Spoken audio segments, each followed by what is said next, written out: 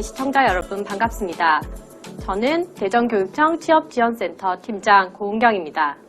오늘 이 시간에는 직업계고 현장실습의 모든 것에 대해 알아보도록 하겠습니다. 먼저 대전교육청 과학직업정보과 이냥상 장학사님께서 직업계고 현장실습의 운영 방안에 대해 설명해 주시겠습니다.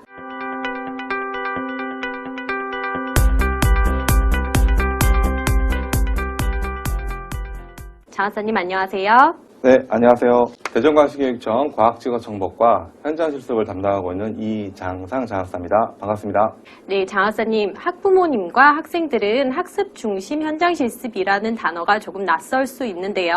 학습 중심 현장실습이란 무엇을 말하나요? 네, 학습 중심 현장실습에 대해서 간략하게 화면을 보면서 설명해 드리도록 하겠습니다. 학습 중심 현장실습이란 근로 중심의 현장실습을 학습 중심으로 전환하여 조기 취업이 아닌 전공 직무 분야 교육의 일환으로 현장실습을 운영하는 것입니다.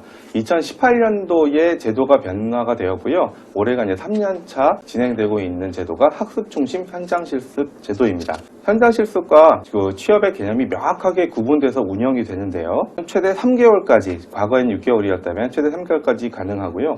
또한 현장실습 기간에는 근로계약서가 아닌 현장실습 표준협약서를 작성하여 임금이 아닌 현장실습 수당으로 지급을 받는 형태로 운영이 되고 있습니다.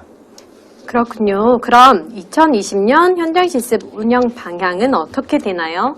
네, 2020학년도 직업계고 현장실습은요.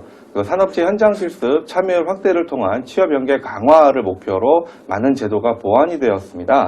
학생들의 실습 수당이 확대가 되었고요. 또 기업의 학생들을 담당하시는 기업 현장교사 수당 지급이 크게 확대가 되었습니다. 그리고 현장실습 시기 및 운영비가 확대가 돼서 학생들이 현장실습을 진행하는데 학교와 기업이 지원해 줄 수 있는 여러 가지 제도들이 보완된 상황입니다. 또한 취업연계 장려금도 작년에는 300만 원까지 지급이 되다가 올해부터는 400만 원으로 증액되어 신청할 수 있도록 확대되었습니다. 2020학년도의 현장실습의 주요 변경 사안을 간단히 살펴보면 운영시기가 연중 3개월 이내로 실시 가능해졌고요. 현장실습을 하는 중에 선도기업 신청이 가능하도록 변경되었습니다. 학생분들이 받는 교육 프로그램 안에 반드시 교육 중 30%는 교육 중심으로 편성이 되어 있어야 하고요. 필수교육, 산업안전보건법에서 지정해 놓은 필수교육을 반드시 실시하도록 강화하였습니다. 근로기준법, 노동인권교육, 산업안전보건교육, 성희롱 예방교육, 장애인식 개선교육 등 여러분들이 근로를 하면서 또 직장인으로 생활하면서 필요한 교육을 굉장히 강하게 반드시 프로그램에 넣어서 교육받도록 안전성을 강화하게 되었습니다. 다양한 혜택은 늘어나고 안전을 위한 교육은 강화되었네요. 네, 그렇습니다. 네, 장학사님 자세한 설명 감사합니다. 다음은 학교 현장에서 실제로 진행되고 있는 현장실습의 운영 절차 및 방법에 대하여 대전여자상업고등학교 홍정훈 부장님께서 설명해 주시겠습니다.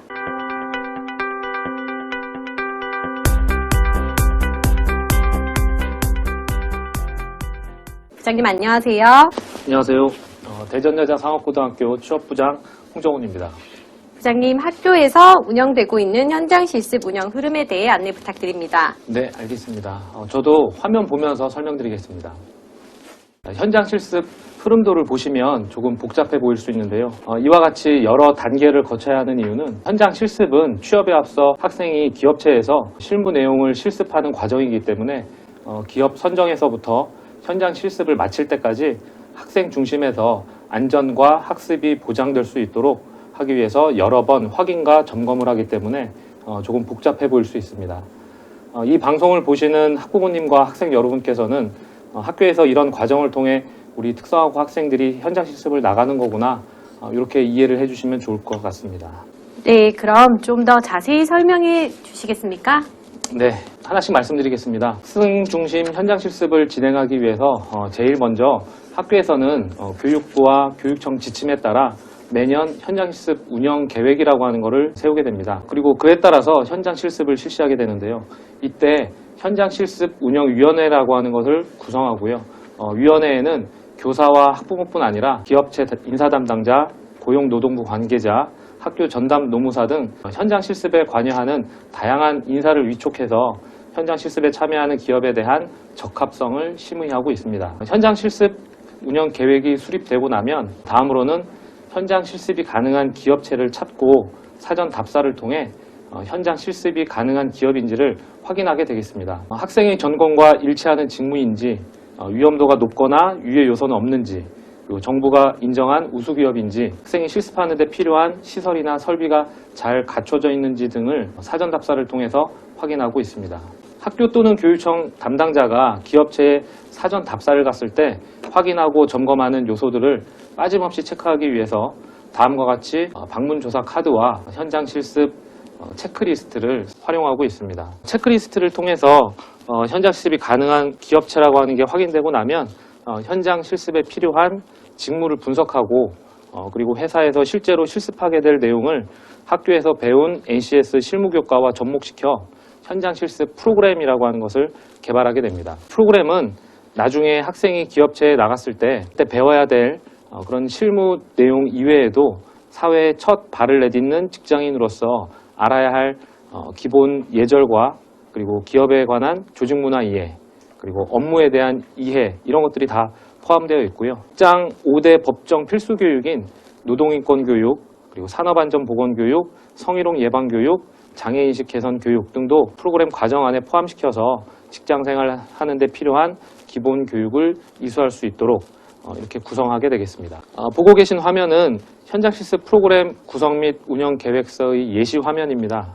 현장 실습 프로그램 기업 현황과 그리고 실습 시간 편성, 그리고 담당자 등을 명시하고요. 그리고 각 일자별로 프로그램 세부 내용을 학교와 기업체 담당자가 작성해서 현장 실습생이 프로그램에 맞춰 실습할 수 있도록 사전에 준비하는 것입니다. 이때 교육 중심 프로그램을 30% 이상 편성해서 회사 OJT 입문 교육을 반드시 실시할 수 있도록 그렇게 계획을 세우고 있습니다.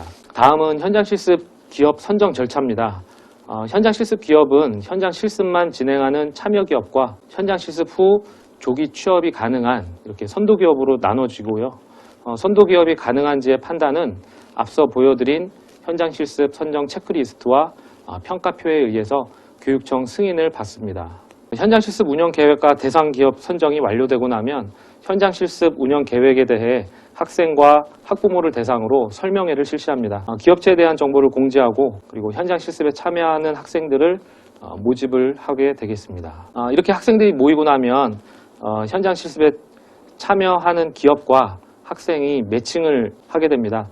기업에서 학생을 채용하는 것이라고 생각하시면 되겠습니다. 학생은 이력서와 자기소개서를 준비하고요.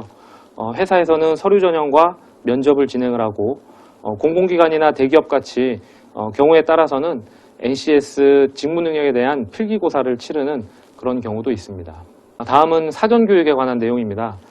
사전교육은 학생들이 현장 실습을 나가기 전에 반드시 알아야 될 내용으로 앞서 말씀드린 5대 법정 필수 교육을 학교에서도 미리 배우게 되는 겁니다.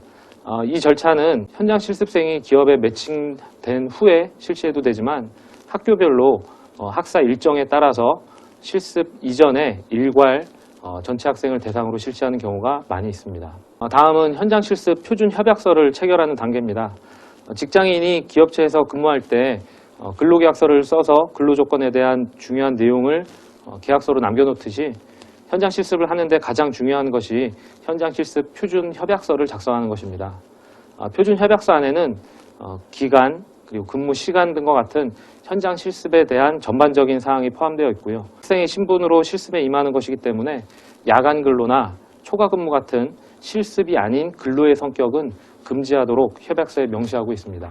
다음 단계로는 표준 협약서까지 체결하게 되고 나면 해당 학생은 기업체에 가서 현장 실습을 실시하게 됩니다. 이때 학교에서는 학생이 기업체에 잘 도착했는지의 여부도 확인하고 실습 기간 중에 학생이 겪는 힘든 점을 파악하거나 기업체에서 프로그램에 맞춰 실습이 잘 이루어지는지 등을 확인하기 위해서 월 1회 이상 순회 지도를 실시하고요. 그 결과도 기록하도록 하고 있습니다. 그리고 학생들은 기업체에서 배우는 것을 현장 실습 일지에 작성하게끔 해서 학생의 건강 상태나 출결 상황, 그리고 실습 내용 등을 수시로 확인하고 있습니다. 보시는 화면은 학생들이 작성하는 현장 실습 일지의 예시입니다. 직접 휴대폰이나 컴퓨터로 접속해서 하이파이브 LMS라고 하는 시스템에 기록하도록 이렇게 되어 있습니다. 안전한 현장 실습이 이루어질 수 있도록 계획 단계에서부터 여러 확인과 점검이 이루어지고 있지만 그래도 현장 실습 중에 문제가 발생할 경우에는 다음과 같은 대처 방안에 따라서 조치를 하게 됩니다. 먼저 학교에서는 학생에 대한 근로보호 조치를 즉각 실시하고요. 학교로 복귀하거나 다른 기업체에서 현장 실습을 이수할 수 있도록 연계하고 있습니다. 치료가 필요한 경우에는 즉각 치료받을 수 있도록 안내하고 그리고 치료비 등 학생이 지원받을 수 그런 조치를 취하게 됩니다. 그리고 교육청에서는 고용노동부와 연계해서 해당 기업체에 근로감독을 요청하거나 고발 등을 통해서 현장 실습생에 대한 안전대책을 마련하고 있습니다. 한 가지 추가로 말씀드리면 학교별 전담 노무사가 배정되어 있습니다. 현장 실습에 임하는 학생이나 담당 교사 그리고 학교에서는 현장 실습을 하는 기업체의 근로 상황에 대해서 궁금한 점이 있을 때 학교 전담 노무사에게 문의하는 것도 문제 상황을 예방하는 데 좋은 방법이 될 수 있다는 점을 말씀드립니다. 다음은 현장 실습을 마무리하는 단계에 대해서 설명드리겠습니다. 현장 실습을 마치고 나면 실습생은 결과 보고서를 제출합니다. 이때 채용으로 연계하고자 하는 학생은 채용 전환 동의서에 부모님의 서명을 받아서 제출하고요. 기업체와 근로계약서를 작성해서 취업으로 전환하면 되겠습니다. 또한 현장 실습 후에 기업체 사후관리 방안 및 개선 방안 수립을 위해서 만족도 평가도 실시를 합니다. 그리고 개인별 현장 실습 보고회도 실시하게 되겠습니다. 현장 실습에 대한 이런 성적 처리와 생활기록부에 대해서 말씀드리면 성적 처리는 각 학교별로 학업 성적 관리 규정에 따라서 성적 처리가 이루어지고요. 현장 실습 활동 상황을 생활기록부의 교과 학습 발달 상황 안에 세부 능력 및 특기사항란에 예시와 같이 입력을 하게 되어 있어서 학생이 어떤 분야에서 어느 정도 기간 동안 어떤 현장 실습을 했는지 생활기록부에서 확인을 할 수가 있습니다. 끝으로 현장 실습 완료 후에 채용 전환 시에 학교에서는 하이파이브 시스템의 현장 실습 완료 및 채용 전환으로 처리하게 되고요. 채용된 이후에도 다음 해 2월까지는 학교에서 계속적으로 추수 지도를 하게 되겠습니다. 학생은 근로계약서를 작성하고 졸업 전까지는 출결 관리를 계속 해야 되기 때문에 현장 실습 일지나 결과 보고서를 LMS에 기록하거나 학교에 제출해 주면 되겠습니다. 이상으로 현장 실습 운영 절차에 대해서 말씀드렸습니다. 감사합니다. 네, 현장 실습을 진행하는 데는 정말 많은 절차와 서류가 필요하네요. 학생들의 안전과 권익을 보호하기 위해서 불가피한 절차라는 생각이 듭니다. 다음은 직업계고 학생 취업 시 학생이 받게 될 혜택에 대해서 대전공업고등학교 유병우 부장님께서 설명해 주시겠습니다.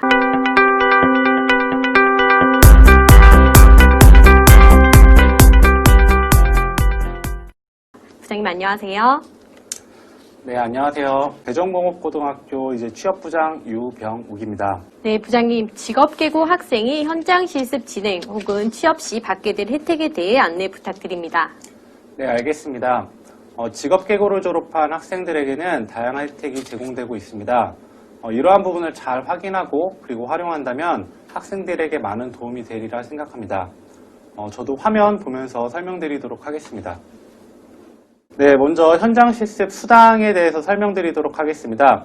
현장 실습을 진행하게 되면 국가에서 지급하는 수당이라고 보시면 됩니다. 직업계고 현장 실습생에게는 1일 3만 원 기준으로 최대 월 60만 원의 수당을 지급하고 있습니다. 이 수당은 기업에서 제공하는 수당과는 별도인가요?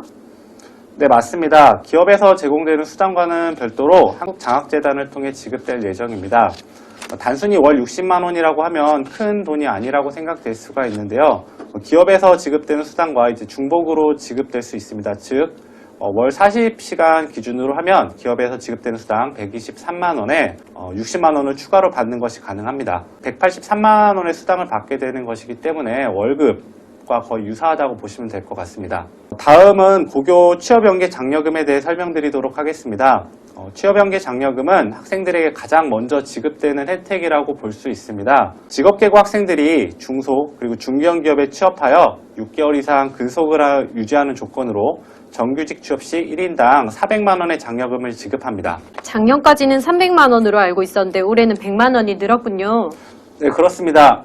이 돈은 선지급으로 지원되기 때문에 학생들이 취업 초창기에 들어갈 수 있는 비용, 주거비나 이제 생활용품 이런 것들을 사는 비용들에 충당할 수 있어서 학생들에게 많은 도움이 되리라 생각합니다. 다음 설명드릴 내용은 청년 내일 채움 공제입니다. 중소기업에 취업한 학생들에게 적금 형태로 목돈을 만들어줄 수 있는 제도입니다. 2년제와 3년제가 존재하고요. 먼저 2년제는 중소 중견기업에 취업한 청년에게 월 12만 5천 원의 적금을 2년 동안 저축하게 된다면 국가에서 900만 원 그리고 기업에서 400만 원의 지원금을 지급하여 1,600만 원의 자산을 형성해주는 프로그램입니다. 3년제 프로그램에 대해서도 설명 부탁드립니다. 네, 3년제의 경우에는 주조, 그리고 금형, 용접 이런 등의 뿌리 산업 종사자에게 해당되는 내용이고요. 월 16만 5천 원의 적금을 이제 3년 동안 저축하게 되면 국가에서 1,800만 원, 그리고 기업에서 600만 원의 지원금을 지급해서 3천만 원의 자산을 형성해주는 프로그램입니다. 다음은 청년 재직자 내일 채용 공제입니다. 중소 중견기업에 6개월 이상 재직 중인 청년 정규직 근로자가 월 12만 원씩 5년을 적립하게 되면 기업에서 1,200만 원 그리고 정부에서 1,080만 원을 지급해서 총 3천만 원의 자산을 형성해주는 프로그램입니다. 혹시 청년 내일 채용 공제와 청년 재직자 내일 채용 공제는 동시에 진행이 가능한가요? 아쉽게도 동시에 지원이 되지는 않습니다. 다음은 내일 채용 공제입니다. 중소, 중견기업에 장기 재직하는 핵심 인력을 위해 만들어진 제도이고요. 본인이 매월 10만 원, 5년을 적립하게 되면 기업에서 월 24만 원씩 1,440만 원을 지급해주는 프로그램입니다. 내일 채용 공제도 다른 프로그램과 같이 진행이 불가능한가요? 내일 채용 공제의 경우에는 청년 내일 채용 공제 또는 청년 재직자 내일 채용 공제와 순차적으로 가입이 가능합니다.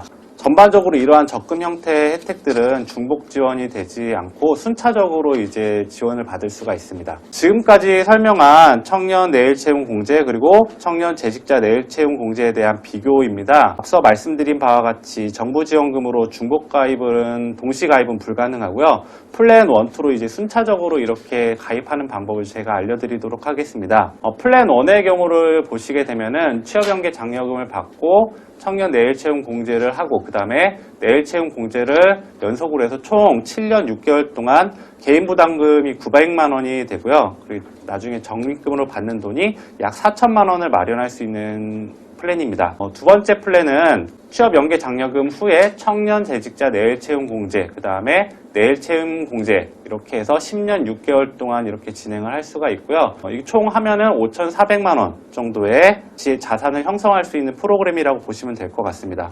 학생들이 만약에 10년 동안 이 돈을 마련하려면 월 43만 원 정도를 납입해야 되는데요. 이러한 플랜들을 이용하게 된다면 한 달에 월 10만 원에서 16만 원 선이면 같은 자금을 마련할 수 있는 점에서 매우 혜택이 큼을 알 수 있습니다. 네, 다음은 산업단지 중소기업 재직 청년 교통비 지원에 대해서 알려드리도록 하겠습니다. 교통여건이 열악한 사업단지 소재 중소기업에 종사하는 청년에 대해서는 이렇게 월 5만 원의 교통비를 지급하고 있습니다. 테크노밸리나 신탄진 3공단, 신탄진 4공단 등이 여기에 해당이 되고요. 학생들이 이제 보게 되면 청년 전월세 보증금 대출 지원이라는 것도 받을 수가 있습니다. 전월세 보증금 2억 이하의 주택에 대해 최대 1억 원까지 1.2%의 의대금리로 대출을 지원해주고 있습니다. 다른 주거 비용 지원은 어떤 것이 있나요?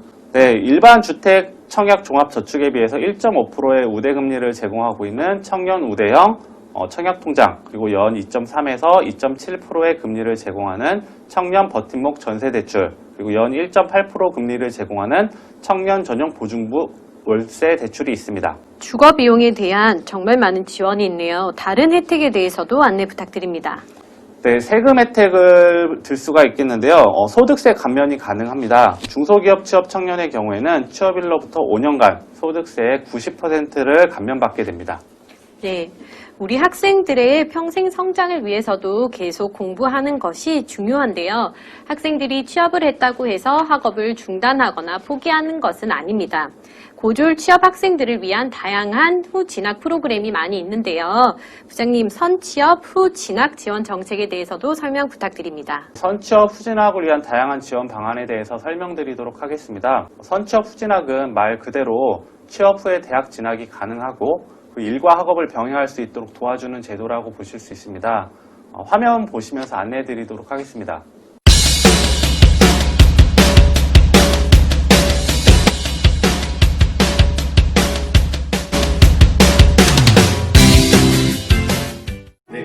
감사합니다. 네. 고등학교를 졸업한 뒤 바로 취직해 회사를 다니고 있던 상식맨. 뒤늦게 학업의 꿈을 펼치려고 하는데요. 납품 시작했어? 상식맨, 대학 합격했다며? 축하해. 네. 응? 왜 이렇게 힘이 없어? 그게 대학 등록금이 생각보다 많이 들더라고요. 그래? 상식맨, 대학 등록금을 도움받을 수 있는 방법 있습니다. 바로 교육부가 운영하는 고졸 후학습자 장학금입니다. 고졸 후학습자 장학금은 고등학교를 졸업한 뒤 중소기업을 다닌 지 3년이 넘은 재직자가 대학에 진학할 경우 등록금 전액을 지원받을 수 있는 제도입니다. 혹시 특정 대학만 지원이 가능한 거 아닌가요? 아닙니다. 교대를 제외한 전국에 있는 모든 대학이 가능한데요. 나이 제한 없이 누구나 신청할 수 있습니다. 고졸 후학습자 장학금은 학기마다 신청을 해야 하는데요.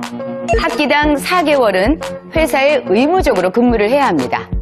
만약 의무 재직 기간을 지키지 않으면 나중에 등록금 전액을 반환해야 할 수도 있습니다. 고졸 후학습자 장학금 신청은 어디서 해야 돼요? 한국장학재단 홈페이지에서 신청하면 됩니다. 과장님! 대학 등록금 해결했어요. 그래? 잘 됐다. 장학금 지원은 나이와 상관없으니까 나도 대학에 도전해볼까? 공부는 제가 도와드릴게요. 그래? 그러자! 오늘의 원포인트 생활 상식, 중소기업 재직자를 위한 대학 등록금 지원. 근무기간 3년 이상의 고졸 학력 재직자가 지원할 수 있고 등록금 전액을 지원받을 수 있다는 점. 이것만은 꼭 기억하세요.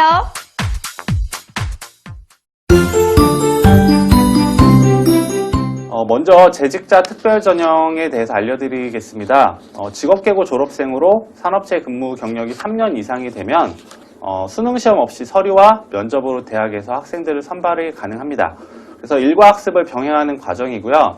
서울 지역에 있는 고려대, 그리고 한양대, 홍익대 등의 유수 대학과 우리 지역에서는 충남대, 공주대, 한밭대 등 전국 71개 대학에서 약 7,000명의 학생을 모집하고 있습니다. 국립대의 경우에는 2022년까지 전체 대학의 과정을 만들 예정이고요. 전문대학의 경우에도 후진학 선도형 전문대학을 신설해서 지원하고 있습니다. 이에 대해 대학에 대해서 자세한 내용을 알고 싶으시다면 대입 정보 포털 어디가 지금 화면에 보시는 것처럼 이 사이트를 활용하시면 자세하게 알아보실 수 있습니다. 이렇게 재직자 특별 전형을 이용하는 학생들에게는 특별한 혜택이 더 있는데요. 대학을 진학한 학생의 경우 등록금 전액을 희망사다리 이 유형으로 장학금으로 지원하고 있습니다. 수능 시험 없이도 대학을 갈 수 있는데 장학금을 지원받는다니 참 매력적이네요. 혹시 인문계 학생들도 지원이 가능한가요? 아닙니다. 인문계 졸업생들은 불가능합니다. 근데 다만 직업위탁 교육을 받은 학생들은 가능합니다. 그렇군요. 그럼 또 다른 정책에 대해서도 설명 부탁드립니다. 네, 다음 말씀드릴 거는 조기 취업형 계약학과입니다. 대학 입학과 동시에 기업체와 채용 약정을 체결하는 거고요. 입학과 동시에 100% 취업을 보장을 받는 제도입니다. 1학년은 학생 신분으로 주간 수업을 받고 나머지 학년은 재직자 신분으로 야간과 주말에 수업을 받습니다. 이 밖에도 일반 계약학과 그리고 중소기업 계약학과 그리고 일학습 병행제를 통해서 대학을 다닌 것과 동일한 학위를 취득할 수도 있습니다. 이처럼 직업계고 학생들을 위한 다양한 제도가 있고 이를 활용한다면 학생들이 많은 혜택과 그리고 배움의 기회를 제공받을 수 있습니다.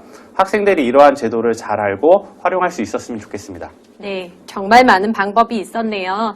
학생들이 취업 후에도 꼭 배움을 이어나갈 수 있었으면 합니다. 유병우 부장님 감사합니다. 네, 감사합니다.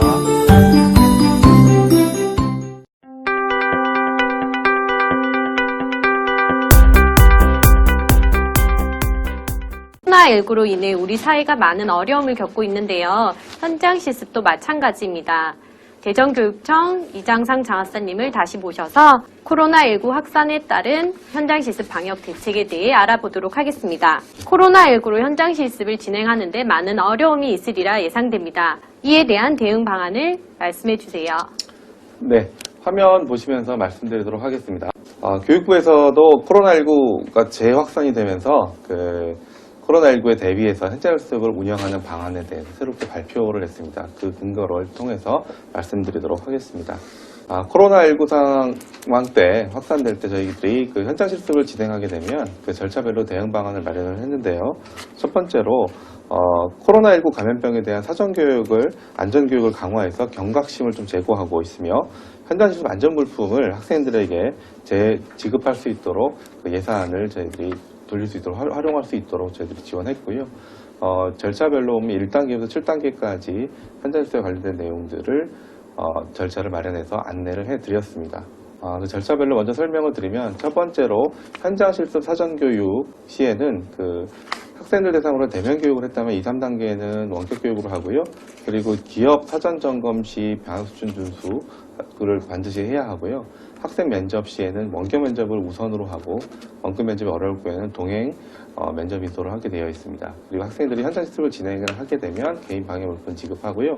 자가진단, 결과 모니터링 수시 1일 3회 하도록 하게 되어 있습니다. 또 현장 실습 운영 시에는 회사 내에서도 방역수칙을 준수해야 하고 다중이용 시설일 때에는 에서의 현장 실습일 때 2단계에서는 연기 및 축소, 그리고 3단계에서는 전면 중지되고요. 현장 실습 순회지도 할 때도 사회적 거리두기 2단계일 때는 방문 및 원격을 병행하고 3단계로 전환되면 원격 점검으로 전환하는 방법으로 대응 방안이 발표되었습니다. 현장 실습 시 학생들이 지켜야 할 사항은 어떤 것이 있을까요? 학생들은 실습 전 자신의 건강 상태를 학교와 공유해야 하고 코로나19 감염 대비 교육 내용을 숙지해야 합니다. 또한 마스크 및 장갑 등 방역물품을 수령하게 되는데 항상 현장 실습 시에 반드시 착용을 해야 합니다. 실습이 시작되면 1일 3회 출근 전, 점심시간, 퇴근 후에 자가진단 모니터링을 실시하고 의심 증상이 발견이 되면 학교와 기업에 반드시 알려서 조치를 받아야 합니다. 학교는 코로나19 대응을 위해 어떠한 역할을 수행해야 하나요? 네, 학교는 실습 전에 현장 실습 참여 학생을 대상으로 해서 코로나19 사전교육을 반드시 실시해야 합니다. 그리고 기업에 방문해서 코로나19 방역 대책이 수립되어 있는지 반드시 확인해야 하고요. 기업에 방문해서 점검해야 할 항목에는 어떠한 것이 있을까요? 네, 현장 실습 직무 공간에 대한 사전 점검은 직원 간의 거리가 유지가 되어 있는가, 그리고 3밀, 밀접, 밀폐, 밀집 방지되어 있는지, 그리고 외부 방문자를 접촉 상황을 보고요.